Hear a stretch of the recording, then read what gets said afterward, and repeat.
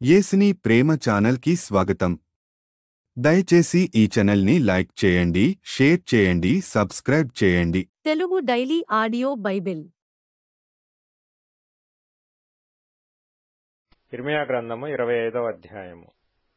యోషియా కుమారుడును యూదారాజునైన యెహోయాకీము 4వ సంవత్సరమున, అనగా బబులోను రాజైన నెబుకద్రెజరు మొదటి సంవత్సరమున, యూదా ప్రజలందరిని గూర్చి ఇర్మియాకు ప్రత్యక్షమైన వాక్కు.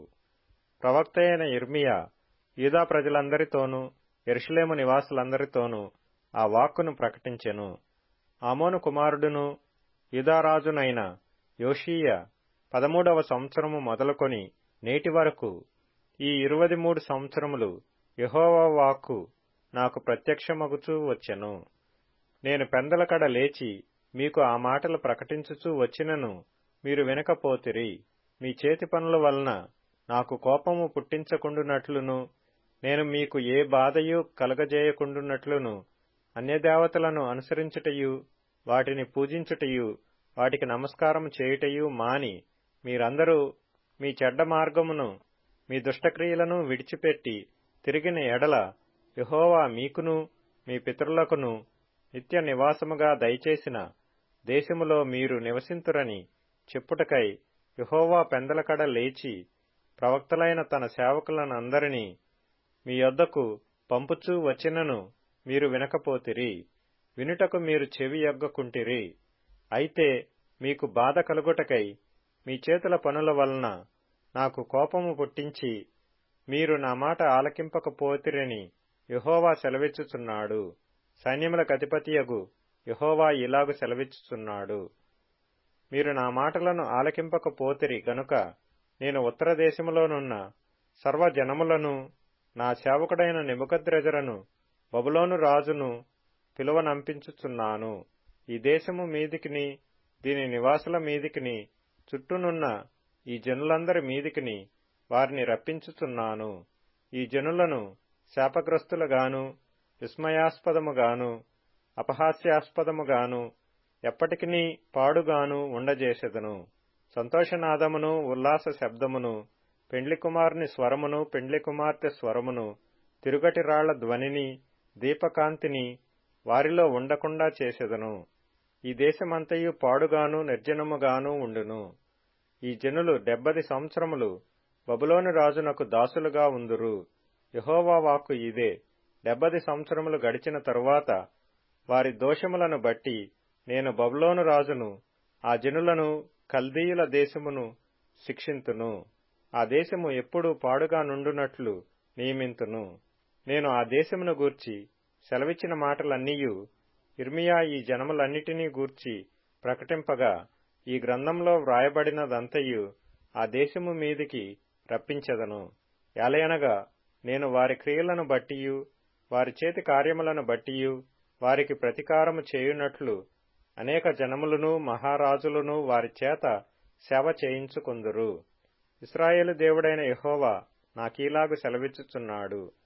నీవు ఈ క్రోధపు మద్య పాత్రను నా చేతిలో నుండి తీసుకొని నేను నిన్ను పంపుచున్న జనములన్నిటికీ దాని త్రాగింపుము.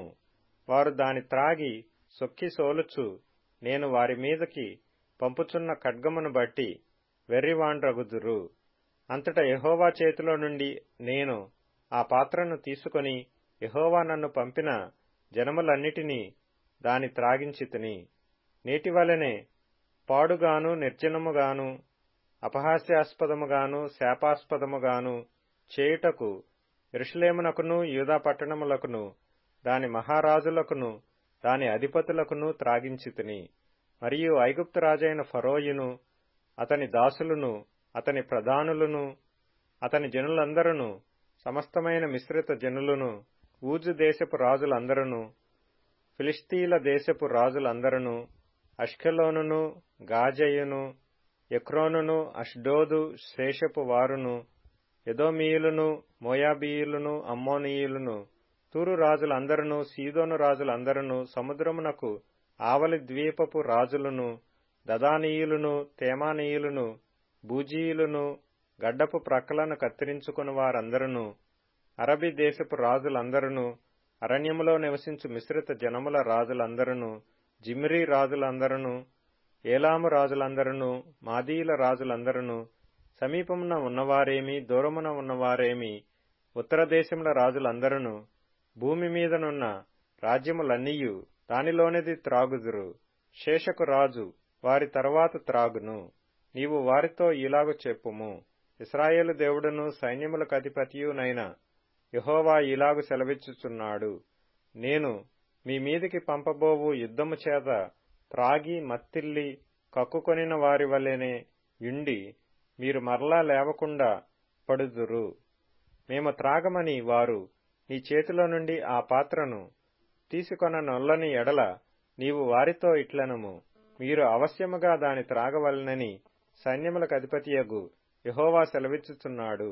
నా పేరు పెట్టబడిన పట్టణమునకు నేను కీడు చేయ మొదలు పెట్టగా మీకు శిక్ష లేకుండా పోవునా? మీరు శిక్షింపబడకపోరు. భూలోక నివాసులందరి మీదకి నేను ఖడ్గమును రప్పించుచున్నాను. ఇదే సైన్యములకు అధిపతియగు యెహోవా వాక్కు. కాబట్టి నీవు ఈ మాటలన్నిటినీ వారికి ప్రకటించి ఇలాగు చెప్పవలెను, ఉన్నత స్థలములో నుండి యెహోవా గర్జించుచున్నాడు. తన పరిశుద్ధాలయములో నుండి తన స్వరమును వినిపించుచున్నాడు. తన మందమేయు స్థలమునకు విరోధముగా గర్జించుచున్నాడు. ద్రాక్షగానుగను త్రొక్కువారి వలె అరచుచు ఆయన భూలోక నివాసులకందరికీ విరోధముగా ఆర్భటించుచున్నాడు. భూమి అంతము వరకు సందడి వినబడును. యెహోవా జనములతో వ్యాజ్యమాడుచున్నాడు. శరీరులందరితో ఆయన వ్యాజ్యమాడుచున్నాడు. ఆయన దుష్టులను ఖడ్గమునకు అప్పగించుచున్నాడు. ఇదే యెహోవా వాక్కు. సైన్యములకు అధిపతియగు యెహోవా ఇలాగు సెలవిచ్చుచున్నాడు, జనము నుండి జనమునకు కీడు వ్యాపించుచున్నది. భూదిగంతముల నుండి గొప్ప తుఫాను బయలువెళ్ళుచున్నది.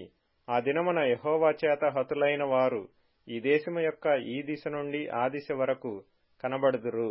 ఎవరినూ వారిని గూర్చి అంగలార్చరు, వారిని సమకూర్చరు, పాతిపెట్టరు. పెంటవలే వారి శవములు నేలమీద పడియుండును. మందకాపరులారా గోలలెత్తుడి, మొర్రపెట్టుడి. మందలోని ప్రధానులారా బూడిద చల్లుకొనుడి. మీరు మరణము నొందుటకై దినములు పూర్తియాయను. నేను మిమ్మను చెదరగొట్టెదను. రమ్యమైన పాత్ర వలె మీరు పడుదురు. మందకాపరులకు ఆశ్రయస్థలము లేకపోవును. మందలోని శ్రేష్టమైన వాటికి రక్షణ దొరకకపోవును. ఆలకించుడి, మందకాపరుల మొర్ర వినబడుచున్నది. మందలోని ప్రధానుల గోల వినబడుచున్నది. యెహోవా వారి మేత భూమిని పాడుచేసి ఉన్నాడు. నెమ్మదిగల మేత స్థలములు యెహోవా కోపాగ్ని చేత పాడాయెను. క్రూరమైన ఖడ్గము చేతను ఆయన కోపాగ్ని చేతను వారి దేశము పాడు కాగా, సింహము తన మరుగును విడిచినట్లు ఆయన తన మరుగును విడిచెను. ఇర్మియా గ్రంథము 26వ అధ్యాయము. యోషియా కుమారుడును యూదారాజునగు యెహోయాకీము ఏలుబడి ఆరంభములో యెహోవా యొద్ద నుండి వాక్కు ప్రత్యక్షమై ఈలాగు సెలవిచ్చెను.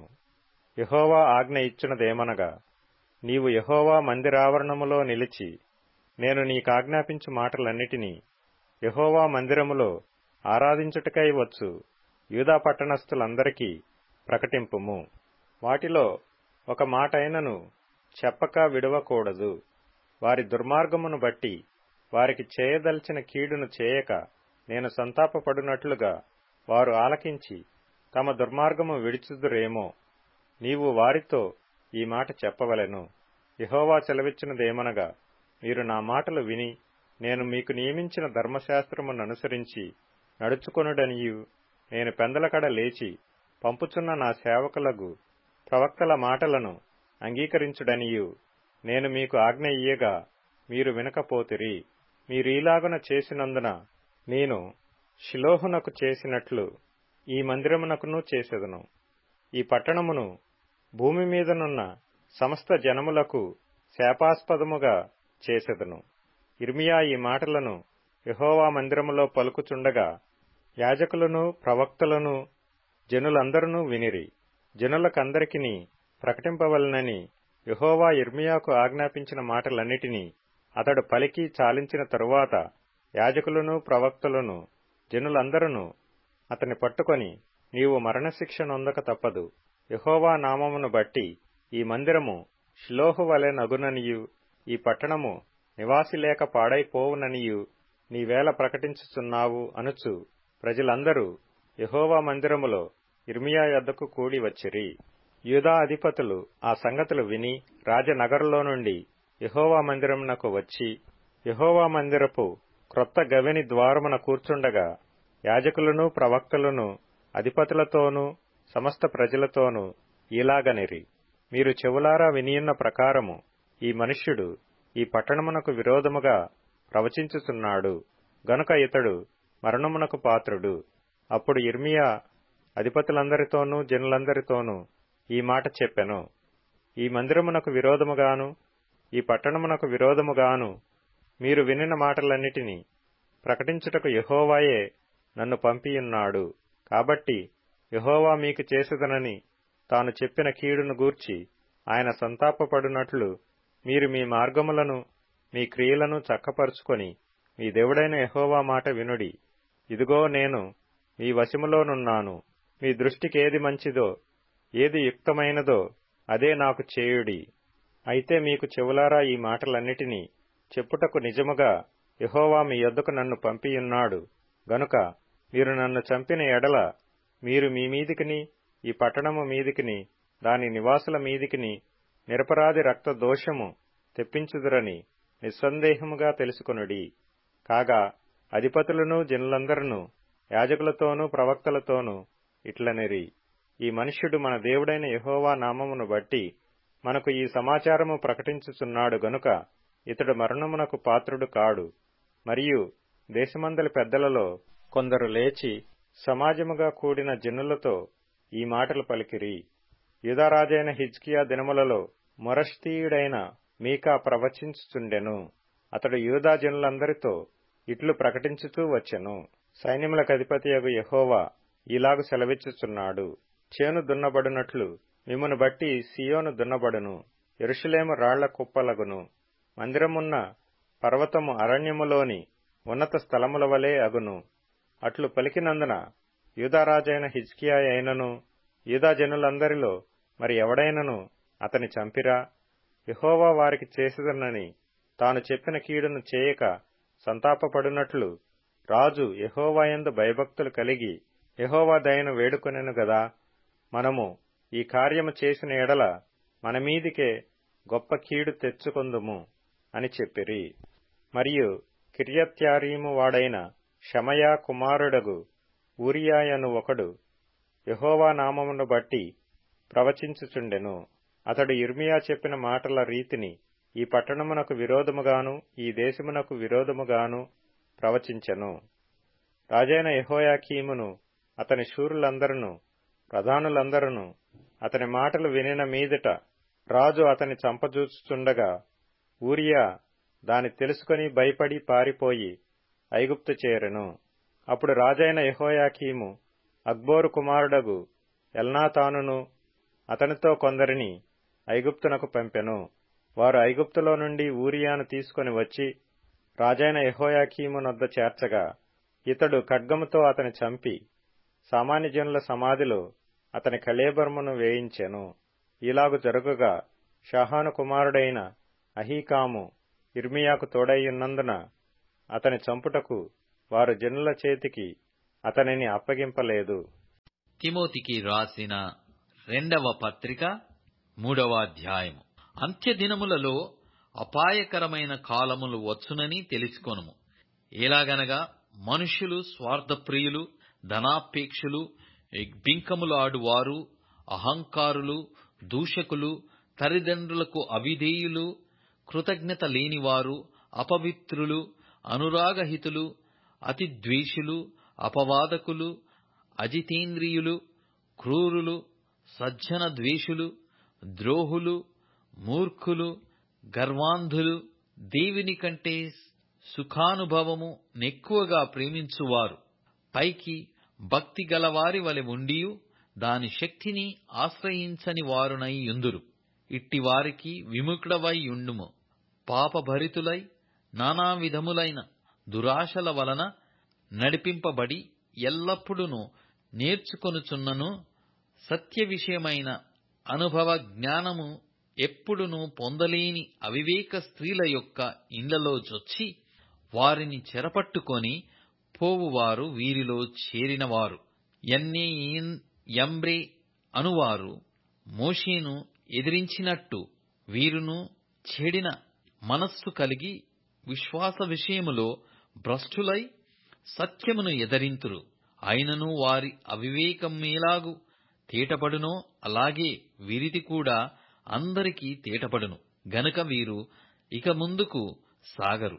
అయితే నీవు నా బోధను, నా ప్రవర్తనను, నా ఉద్దేశమును, నా విశ్వాసమును, నా దీర్ఘశాంతమును, నా ప్రేమను, నా ఓర్పును అంతియొకయ, ఇకోనియ, లుస్త్ర అను పట్టణములలో నాకు కలిగినట్టి హింసలను ఉపద్రవములను తెలుసుకొనిన వాడవై నన్ను వెంబడించితివి. అట్టి హింసలను సహించితిని గాని వాటన్నిటిలో నుండి ప్రభువు నన్ను తప్పించెను. క్రీస్తు యేసునందు సద్భక్తితో బ్రతుకునుద్దేశించు వారందరూ హింస పొందుదురు. అయితే దుర్జనులను, వంచకులను, ఇతరులను మోసపర్చుచు తామును మోసపోవచ్చు అంతకంతకు చెడిపోవుదురు.